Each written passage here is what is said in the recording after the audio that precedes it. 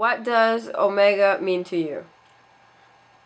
Omega to me, I think, represents just a thought or a dream, a passion that actually materialized into something that was possible. That's something that was very, very real. Omega was just a dream of myself and Jeff and Tracy Cadell and all the guys that kind of banded together and said, hey, let's do something ourselves. And it gave us all the opportunity to go out and perform and wrestle our own style and do our own thing, and to actually go out and learn from what we did right and from what we did wrong. When we would wrestle with other places like the Italian Stallion, the PWF, it was very strict, and if we were with one of the veterans, we had to wrestle a certain formula, and we couldn't break that formula. When we did Omega, we got to break the formula, we got to experiment, we got to try and do different things. And ECW was around that time, and they were the first person that really broke all the formulas in wrestling, but Omega was a place that broke formulas, and later that would evolve into places like Ring of Honor and Dragon Gate or Evolve, wherever it may be. And it was kind of the wave of the future. We did a lot of stuff before a lot of guys did, and we get some credit for it, not all of it, but Omega really broke a lot of boundaries for a lot of promotions and also for a lot of guys. I mean, you look on the back of the shirt, there were 13 guys that started in Omega from a small area, everyone from North Carolina, a couple exceptions with Steve Corino, Joey Matthews, Christian York, but everyone else was from North Carolina, and it was like a family bond, a band of brothers, and we all just worked hard with one another to make every night special, and not just to make ourselves happy, but to make the fans happy, and to feel like we gave them more than their money's worth every night. And Omega was a place where we just got to toy around with a lot of different concepts, and we didn't truly have to follow a formula. It was a dream that was materialized into something that was very, very real. Okay, so you were, I believe, the promoter. How did Omega come to be? How did you go about booking talents? Were these your friends? What about the name?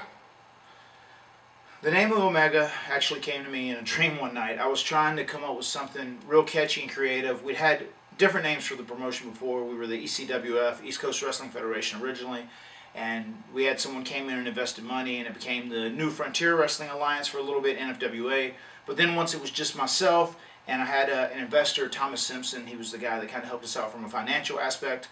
I was looking for a name, something creative, something edgy, something that hadn't been done before. And it's funny, I see some places now like 2CW is a place actually that has a number in the name, and that's what I was shooting for when I was trying to think of the original name for Omega, is a couple letters and a number, something very different. But as I was sleeping one night, I started thinking about how wrestling was grappling, and I put together a bunch of pieces like modern and extreme, trying to do something new, different, something very edgy, and I ended up kind of formulating the name in an actual dream. And when I woke up that morning, I remember I was looking for a piece of paper and a pencil, and I wanted to scribble it down so that I didn't forget it. It was the Organization of Modern Extreme Grappling Arts. It actually came to me in a dream, and that is the absolute truth, not an exaggerated story. I was the booker for Omega. I was the writer for Omega. I was the promoter for Omega. I hung the posters for Omega. I went out and I got the sponsors for Omega. Like, I was pretty much the guy who did it all. I had guys who helped me out a lot. Jeff obviously did. He worked twice every show. He helped coordinate some of the talent for me. He obviously led the ring being set up. Shane Helms also helped me once he came on board. He was really great with decisions across the board. Shane's got a great mind for wrestling. But, when it was all said and done, at the end of the day, I was the guy that was the head of everything. So it was a lot of responsibility, and it was a lot of stress, but at the same time, it was very rewarding, because it's like there's no feeling in wrestling. People know this that do wrestle or have wrestled. Like when you have this great idea and you put it together and it actually materializes in a wrestling match, and you tell a great story and the fans are with it and there's a big payoff. Well, it's even more of a reward, I think, when you have a whole show and a concept and different stories and different matches, and everything goes well, and the crowd enjoys the whole show. It's like, not only did you just create one amazing thing, you had triplets, or you had 8 babies like the Octomom, but it's just one of those things that was a super rewarding, just a really good feeling to put all this work and put all this effort into producing a great show and actually have it pay off, after 2 or 3 months of busting your ass to really set up for one special night. And that's what Omega was for me.